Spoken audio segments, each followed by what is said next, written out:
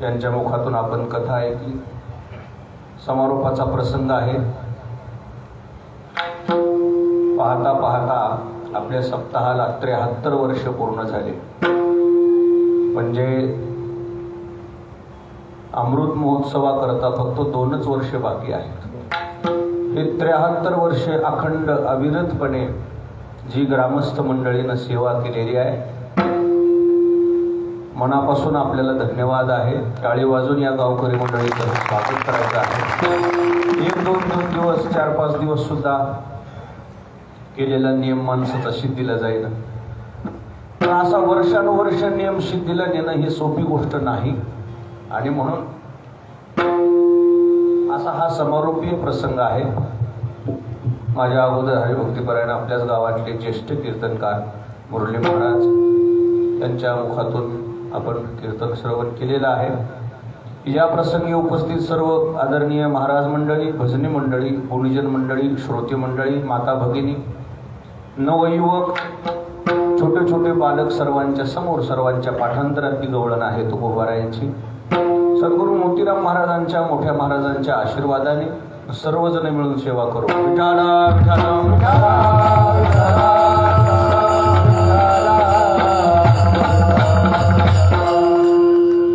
या गवळणीमध्ये जगद्गुरु तुकाराम महाराजांनी एक सल्ला दिलेला आहे। शेवटच्या चरणावर मी तेवढं बोलणार आहे, आता नंतर चरित्राकडे जातो। तुका म्हणे निवांतर आहे आणि पाहिले पाहे साधना करण्याकरता, तपश्चर्या करण्याकरता, भजन करण्याकरता स्थळ कसं पाहिजे?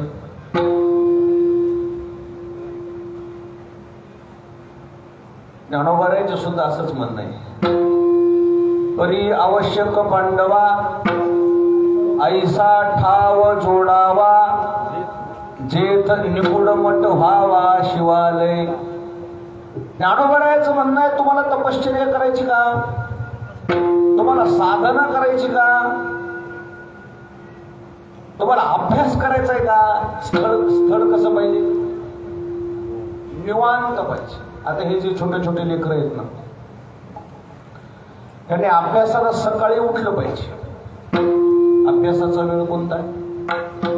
सकाळी 4च्या नंतर, 5च्या नंतर। आता आम्ही अभ्यास केला ना, 5 वर्ष होतो ना मी आळंदीला, मला दिवस आठवत नाही की सूर्योदय झाल्यानंतर उठलो मी।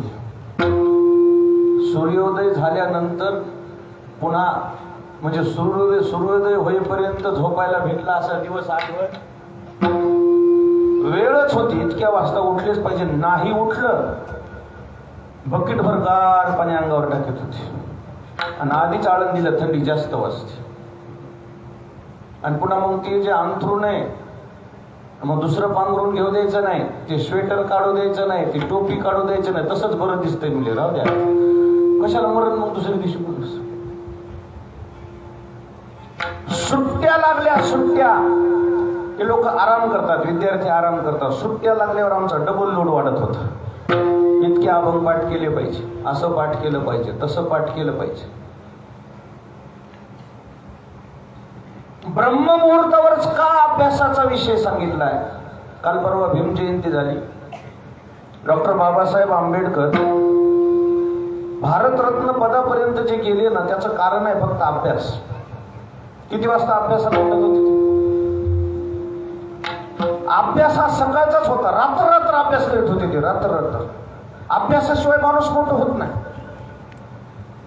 जीवनामध्ये जर तुम्हाला काही मिळवायचं आहे ना, त्याला सकाळी लवकर उठावं लागते। जेवढे थकलेले शेतकरी आहेत नाही, थकलेली, त्याला विचारा तुमच्या आवत किती वाजता लागत होती। थकलेल्या शेतकऱ्याचं सांगायला मी, त्या नव्या शेतकऱ्याचं नाही, आवत किती वाजता लागत होते दादा तुमचे?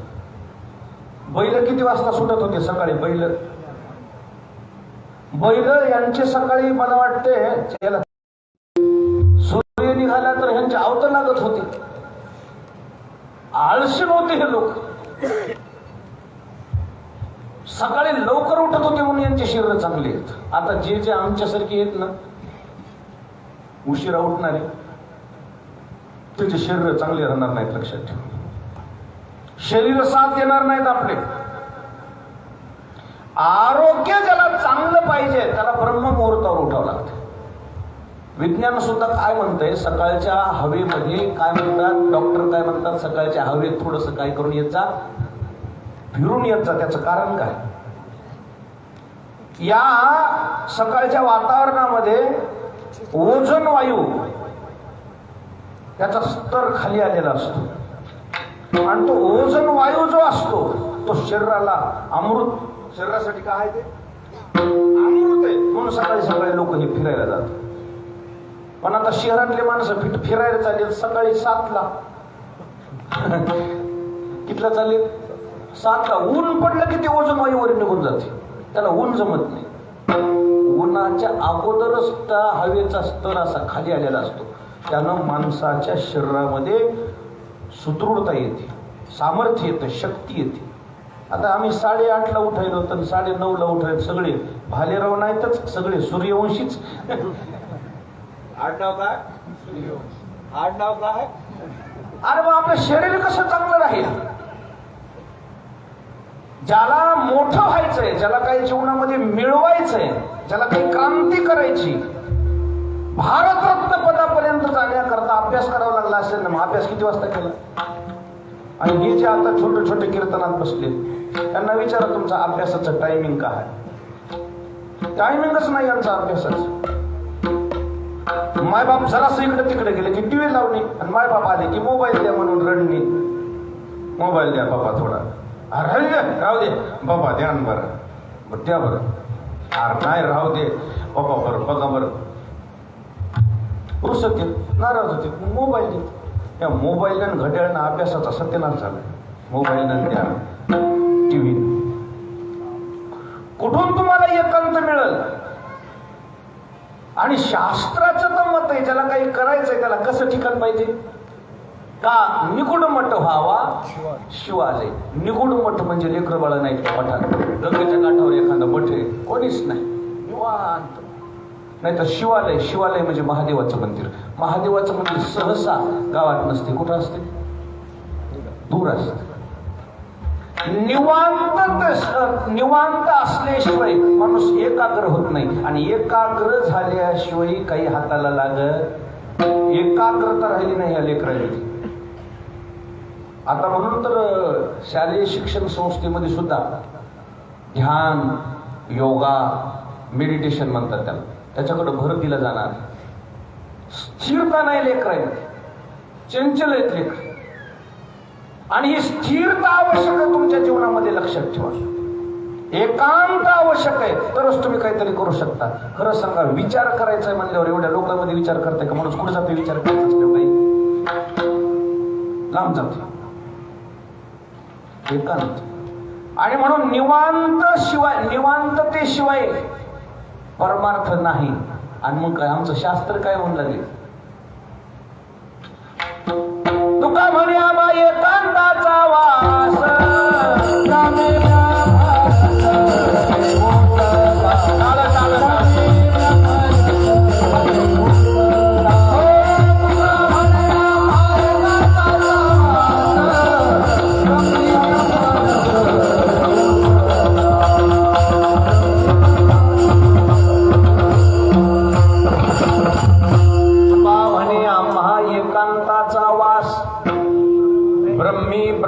ब्रह्मी ब्रह्मरस शिव सदा.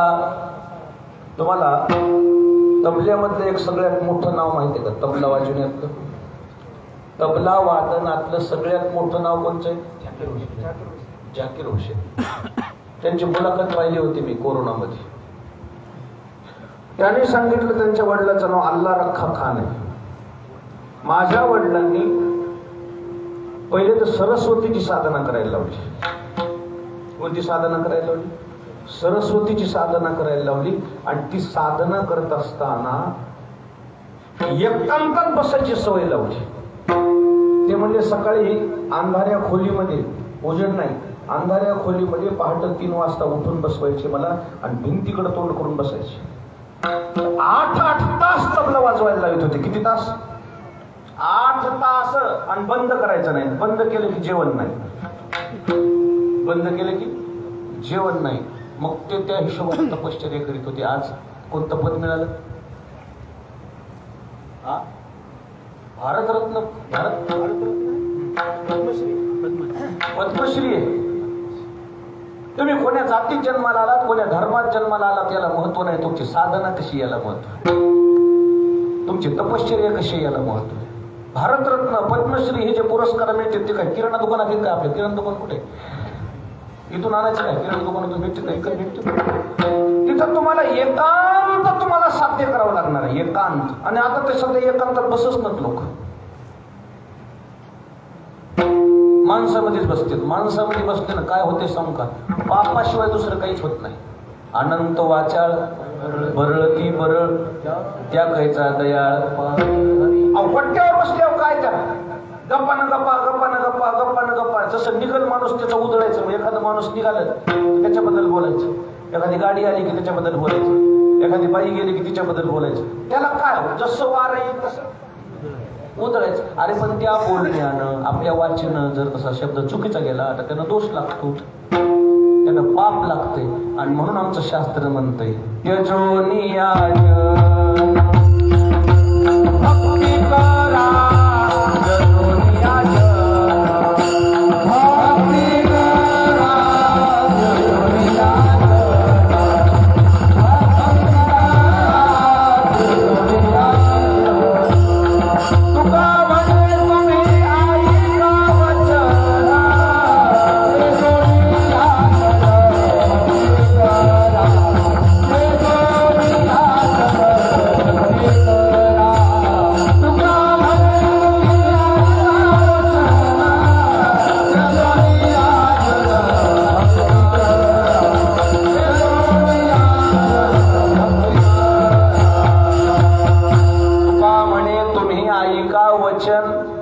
यजोनियाजन भक्ती करा. लय माणसात बसलं नाही पाहिजे, लय बडबड केलं नाही पाहिजे, लय कोणाची कुच्या निंद्या केलं नाही पाहिजे.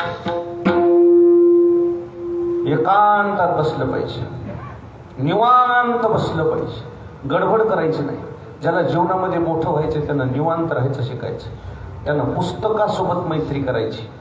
कोणासोबत मैत्री करायची? पुस्तकासोबत मैत्री करायची. त्यानं ग्रंथासोबत मैत्री करायची. त्यानं कोणाला बोलायचं? त्यानं कोणाला बोलायचं? मोठं व्हायचं त्यानं पुस्तकाला बोलायचं.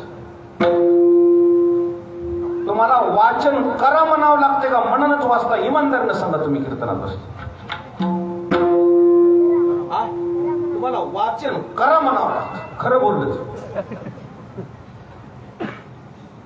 तुम्हाला जर मोठं व्हायचंय तुम्हाला मनानच अभ्यास करायची सवय लागली पाहिजे. एकांतात बसलं पाहिजे.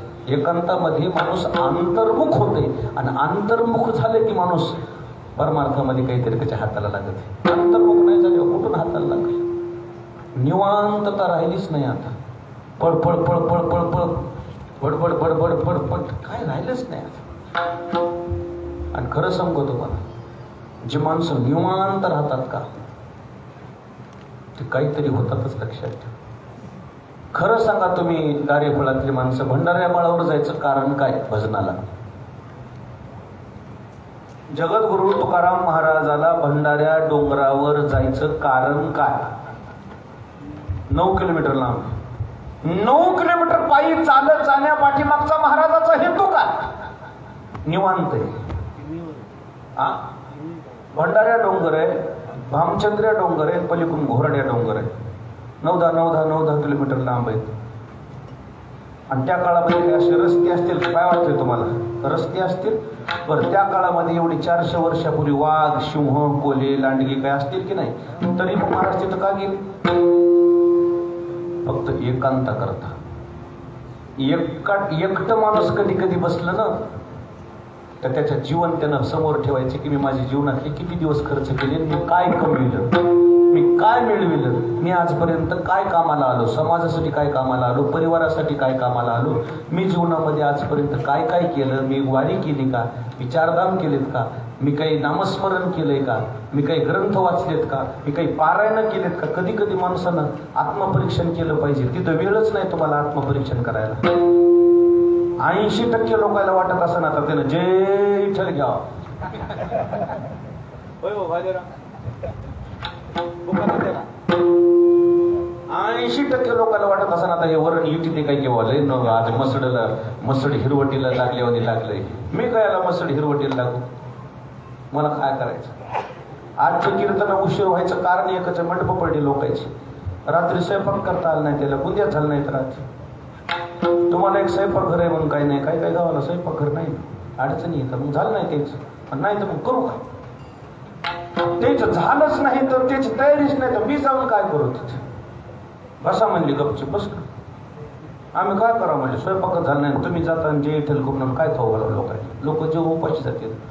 मग मी म्हणलं 2च्या पुढे 10-15-20 मिनिटं तरी होते काय म्हणून मुरली महाराज मार्गी लागले. आता वाटायला आवरात जे इथे कोण बा नाही हो. तसं म्हणे कोणीच बोललं नको. तोंड करून बसले तुम्ही, काय केलं तुमचं. खुश राहिल्यावर माणसाला जरा मग बोलायला अवसान येते. असे बघायला मी केलं का. मला भूमिका एकच मांडायची आहे. ज्याला काही कमवायचंय, ज्याला काही मिळवायचंय, ज्याला काही तपश्चर्या करायची, ज्याला काही साधना करायची, त्याला ज्ञानोबा आहे, तुकोबा राहायचा. एकच सल्ला आहे. कोणता सल्ला आहे. निवांत. भंडाऱ्या डोंगरावर जाण्यामागचा तुकोबा राहायचा हेतू एकच आहे. वृक्षवल्ले आम्हा सोयी रे वनचरे, वृक्ष आम्हा सोयी रे वनचरे. पक्षी सुस्वरे आळविते. महाराज भजन करू लागले. महाराजांच्या भजनाचा असर ढोरावासरावर झाला होता, पाखरावर झाला होता. एकांतातलं भजन असते का, त्या भजनामध्ये माणूस अंतर्मुख होते.